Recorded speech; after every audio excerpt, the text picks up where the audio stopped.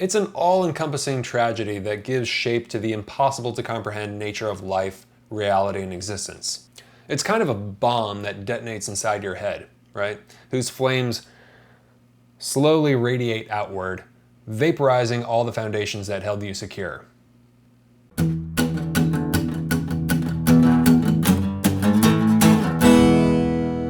than food, man.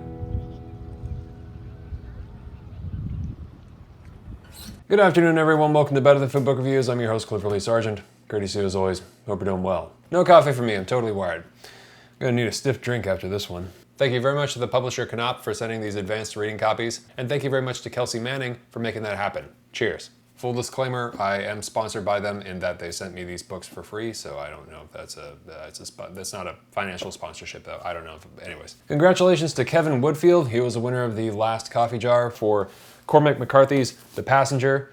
His name was just his initials on Patreon, so it sounded like he would have liked to have his name said publicly. So I just wanted to say congratulations, Kevin, and I hope you love it. Thanks a bunch, man. So an interesting thing happened the other day. I got an email out of the blue from a promoter, like a concert promoter, a guy who does concerts around here in Florida, and he's the same fellow who's putting on the Cannibal Corpse and Dark Funeral show in downtown St. Pete. And he was wondering if I wanted to do if I had any ideas basically for live events for Better Than Food. I thought, wow, that's pretty cool. The guy who's putting on the shows of like the, OG Floridian death metal bands is asking me if I want to do some live events or if I have some ideas. I'm like, well, that's kind of rad. I have no idea what to do. So I don't know. If anybody has any suggestions or, wants to put forth an idea for a Better Than Food live event or meet and greet or Q&A or something, I don't know what would be fun, to watch, but I'm totally open to it.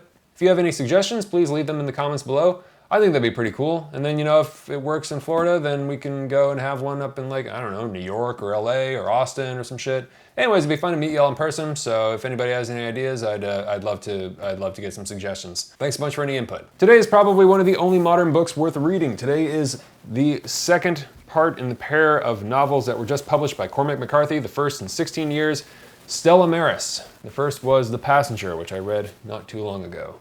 So today is the second and sadly shorter of the pair, Stella Maris. Published yesterday, December 6th, 2022. Significantly shorter. I mean, it's a little bit of a tragedy. I really enjoyed reading this. So I've already reviewed The Passenger, link below if you haven't seen it. Please go watch that first so you get the context for this one. There's spoilers in it, there's spoilers in this one. But by no means are the spoilers going to ruin the reading experience. If I thought they would, then I wouldn't do them. So, Stella Maris has been called the coda to the first book. I looked that up. I was like, coda, what do you mean? By that, they mean the finale or concluding piece of the story. This story is about the life of two siblings, Bobby and Alicia Western. The Passenger is Bobby's story, and Stella Maris is Alicia's. In a 2009 Guardian article, McCarthy said that he'd been planning to write about a woman for 50 years. So this is the first time in the history of McCarthy's writing, I think, that his protagonist has been female. She's the daughter of one of the prominent scientists involved in the Manhattan Project, the creation, of the atomic bomb that was dropped on Hiroshima. And she's in love exclusively and forever with her brother, Bobby Western. These two are doomed in every manner describable, basically. So she checks into Stella Maris, which is this mental hospital. Because at that point in her life, as she tells the psychiatrist in this book, at that point she really didn't have anywhere else to go. And if you're feeling like you have nobody else to turn to, then please check out today's sponsor, BetterHelp. That's BetterHelp, H-E-L-P. I just read an article the other day that said 1 in 6 people in the UK are suffering from depressive symptoms. And that's 16% of the population, right? It's terrible, but it's completely unsurprising. And I don't say this to be spreading doom and gloom. I just wanted to say that if you're thinking, wow, it's a really tough time, or a really bad time out there, or things seem to be getting worse and it's really depressing from, an economic or a socio-cultural standpoint, I just wanted to say, my friend, you are certainly not incorrect. I hear you, and many of the other folks watching the show do as well. This novel is about a woman who suffers from depression of a kind. So if you think you're feeling the onset, of something like depression, potentially, a tool that might be useful to you is BetterHelp. BetterHelp is the world's largest therapy service, and it's 100% online. With BetterHelp, you can tap into a network of over 25,000 licensed and experienced therapists who can help you with a wide range of issues. To get started, you just answer a few questions about your needs and preferences in therapy. That way, BetterHelp can match you with the right therapist from their network. Then you can talk to your therapist however you feel comfortable, whether it's via text, chat, phone, or video call. You can message your therapist at any time and schedule live sessions when it's convenient for you. If your therapist isn't the right fit for any reason, you can switch to a new therapist at no additional charge. With BetterHelp, you get the same professionalism and quality you'd expect from in-office therapy, but with a therapist who is custom picked for you, more scheduling flexibility, and at a more affordable price. Get 10% off your first month at betterhelp.com/BTF, and I've also linked them below in the description. Check it out. Thanks a bunch. Of course, the big question is, did they have sex? Right? No. And of course, I was wondering if Alicia's side of the story would be different from Bobby's, wherein, in The Passenger, he says they never had sex. All I'll say to confuse the hell out of you is yes, but no, not quite, but close enough. Enough so that it still completely ruined their lives. So now that the elephant is both in and out of the room and you're still completely confused, be prepared to feel that way through both of these books the entire time. That's all right. There's plenty that you can understand to keep you engaged, which is fun, because it's a puzzle. It's a lot of puzzles, but that's okay. Stella Maris is more explicit than The Passenger, or prurient as Alicia likes to put it. She's an ex-mathematician, a prodigy, and something of a philosopher.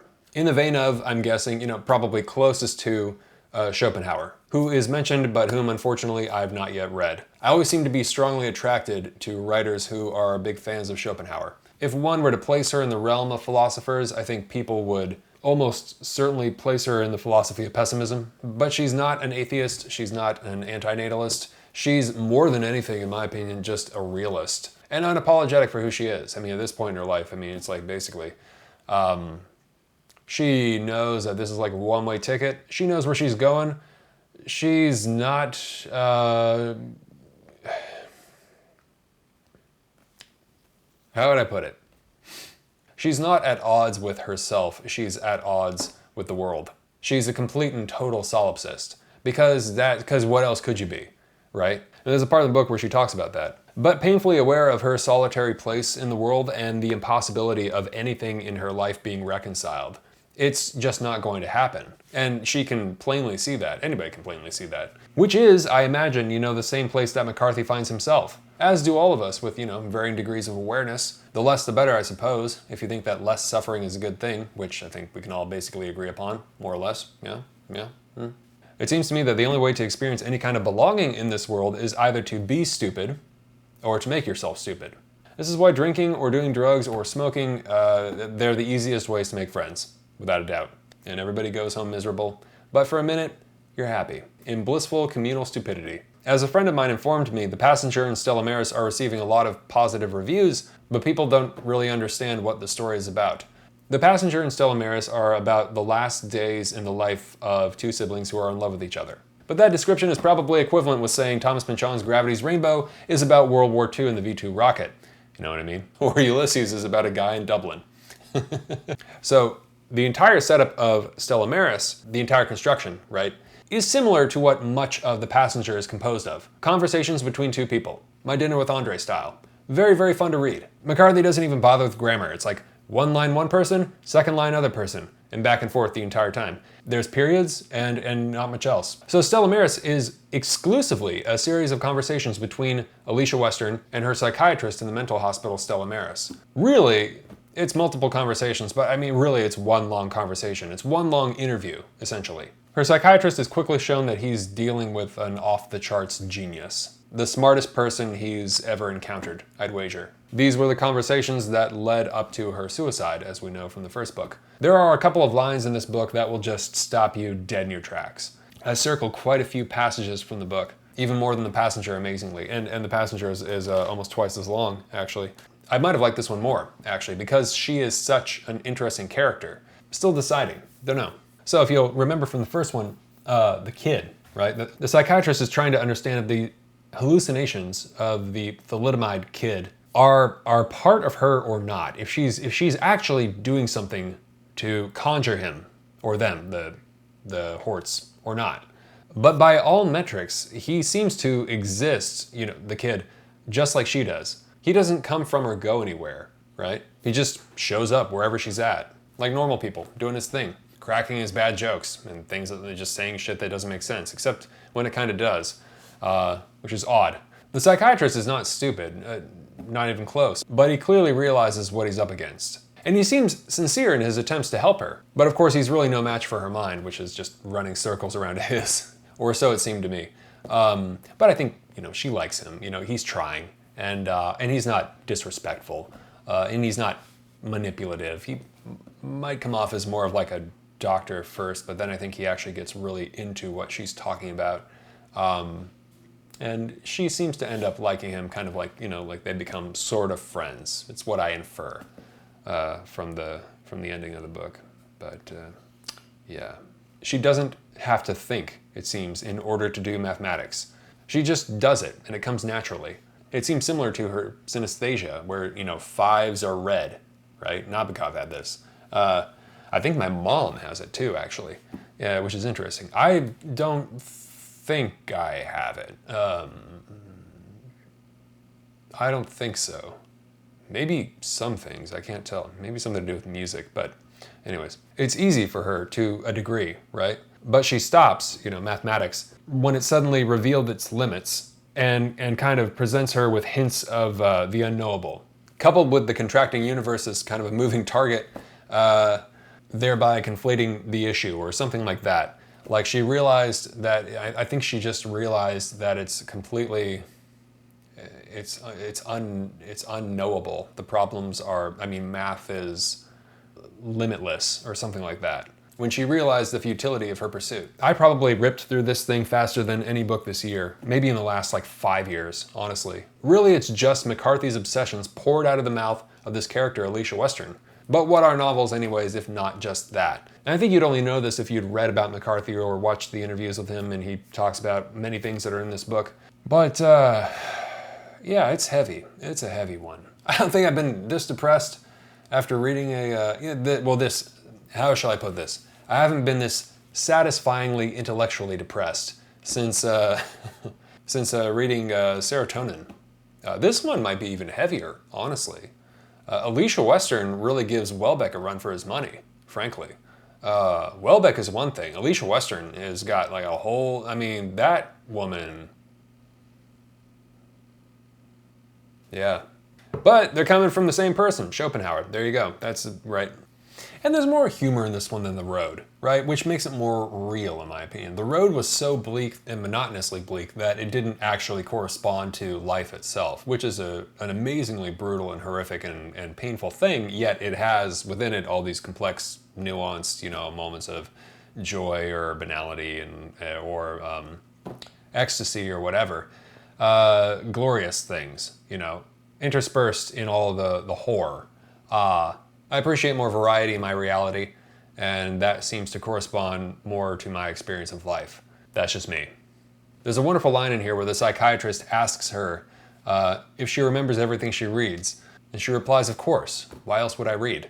And it's a great point, of course, but I don't remember hardly anything I read. But then, I'm like a dog whose memory is only 5 seconds long, so I'm stupid enough to be continually entertained by things I've already read, which is, I don't know, is that a blessing or a curse? Probably a blessing. I should probably be grateful. Because then I don't need to buy any more books. You start over again. And it's probably best anyways. It's better to know, somebody said it's better to know a handful of books really, really well than to read thousands or blah, blah, blah. Might have been Borges, I can't remember. Oh yeah, there was that connection too. I was going to talk about that a little bit. Borges was really interested in mathematics as well. And that's what Alicia Western's obsession, or love, you could call it, for mathematics reminded me of. Borges, the kind of occult or mysterious power to the mathematics that Borges was interested in. Bewilderingly, it makes it extremely engaging to read about. To the point where I believe, and I've suspected for some time, that my initial impression of mathematics was entirely skewed and obstructed, if that makes sense, because of its difficulty and connotations henceforth. Math is always something painful for a lot of people to try and do, but that is irrelevant. It's something extremely powerful and immensely fascinating, and I think we probably ought to all revisit it at some point in our lives. It actually makes me want to relearn some math. No other book has ever come close to inspiring something like that in me. That's a phenomenal accomplishment if I ever heard one. Something I previously thought impossible. Math does not come naturally to me, but neither does anything. I think this is the saddest book I've ever read in my whole life. Yeah, I didn't cry, and I don't know what that means. It's an all-encompassing tragedy that gives shape to the impossible to comprehend nature of life, reality, and existence. It's kind of a bomb that detonates inside your head, right?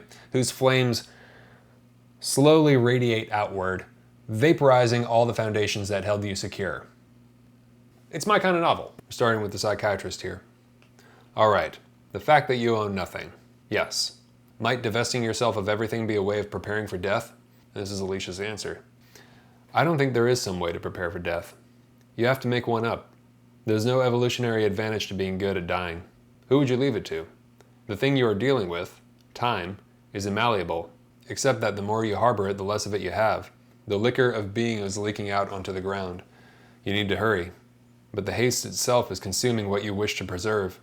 You can't deal with what it is you've been sent to deal with. It's too hard. It's my kind of novel. The kind that deals with the only two subjects worth a damn, sex and death. So yeah, there's a ton of topics they cover in this book.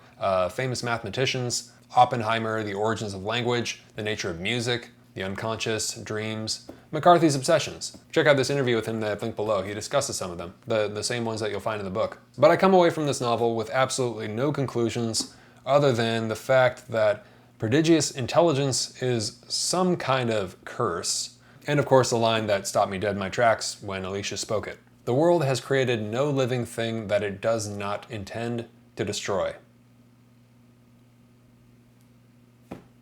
What do you do with that? So there are some things that stick with me that I have not at all figured out as far as the plot of the novels. The missing passenger in the plane in The Passenger. Nowhere mentioned in this book. Not that I know of. Nothing I can ascertain that would hint to the identity or meaning behind that one. I'm sure there's something there, but it completely escaped me. I have no clue. I had briefly considered looking up an analysis of the story on one of these forums or threads or in one of these communities, because there's all these communities dedicated to Cormac McCarthy. People really like him and they love his work, and there's a lot of very, very erudite individuals who are studying his stuff. But I wanted to just put forth my initial thoughts. I didn't want to get all the answers, so to speak, just yet. Perhaps I'll do a video one day wherein, after I've read through everything, I'll actually explain all of it. Also, big spoiler perhaps, Bobby in this one is in a coma from a race car driving accident. He's on life support and will probably die. I think they asked her to take him off life support in Italy, and she left Italy and came back home. She didn't say anything to them. She didn't give them permission to take him off. She just left and went to Stella back in the States. So I'm assuming, to add to the immense tragedy of the story, that either he regained consciousness and came back to the States from Italy to find her, but she'd already killed herself by then, or The Passenger, the book, was essentially a total and complete fabrication, a dream, in his mind while he's in a coma, which would in some ways make sense. The Passenger felt like a dream. It didn't really feel real. It did feel like a collection of memories and strange happenings. And then Alicia's hallucination, the kid, showed up one day in Bobby's life after Alicia had died. Meaning what? Damned if I know. I look forward to reading what people have to say on this one. It's definitely a puzzle. But don't get me wrong, there's plenty of perfectly comprehensible narrative to keep you, the reader, engaged. There's plenty. It reminded me a bit of a book that I love called Ada or Ardor by Nabokov, which was probably written around the time that Cormac McCarthy started mulling this whole story around, decades ago. Vaguely similar story, though, if I remember correctly, actually, surprisingly, a much happier ending. And that one also dealt with the nature of time and history, which is interesting. I did a poor review of that one in the early days of the channel, and I just nixed it, because I wanted to do it better. The same with Lolita, because I think that book is phenomenal and deserves a better review as well. But as far as Stella Maris, better than food. Unquestionably. I really enjoyed reading this one. I'm riding the high that comes with just finishing it, but that's how I feel at the moment. This is, the second of the pair of these novels, but I think I'll reread them both, and next time I might start with this one and then finish with The Passenger. Do it in reverse order. I wonder what I'll discover, if anything. Who knows? I'm going to be very sad when Cormac McCarthy dies. We don't have another author of his caliber. We don't. We don't have an heir. Nothing close, in my opinion. Nor do we have one for Pynchon, not even one for Welbeck. All these guys have one foot in the grave already. Well, 1.5 for Welbeck, but he's been dead since he was 30. So what did I dislike? Nothing. I didn't dislike anything. I just don't get it. I think probably like most people when they first read this book. It's kind of enjoyable if you enjoyed the book because it almost demands a reread. There's nothing I disliked about it. I probably could have read it in one go, like one session, had I the stamina and the schedule. So you should read it.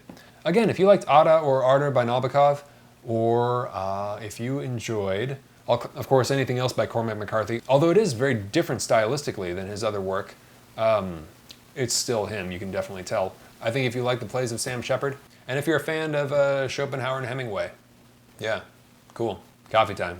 For those of you who are new, I take all the names of the patrons on Patreon who have donated $5 or more per video to the show. I place their names in this mason jar. I pull out a name for every review I do. And whoever's name I pull out is sent a hard copy of the book I'm reviewing, plus a bag of coffee, roasted by yours truly. Currently it's from Myanmar. It's absolutely delicious. I love it. And if you would be so kind as to help support the show, you can click on the link below or go to patreon.com/books-are-better-than-food and donate $5 or more per video, and I sincerely appreciate it. Donating $1 or more on Patreon will get you access to all the stuff listed below, and I hope you enjoy. Thanks a bunch. So thank you very much, all the patrons, and best of luck. Okay, here we go. Ed F.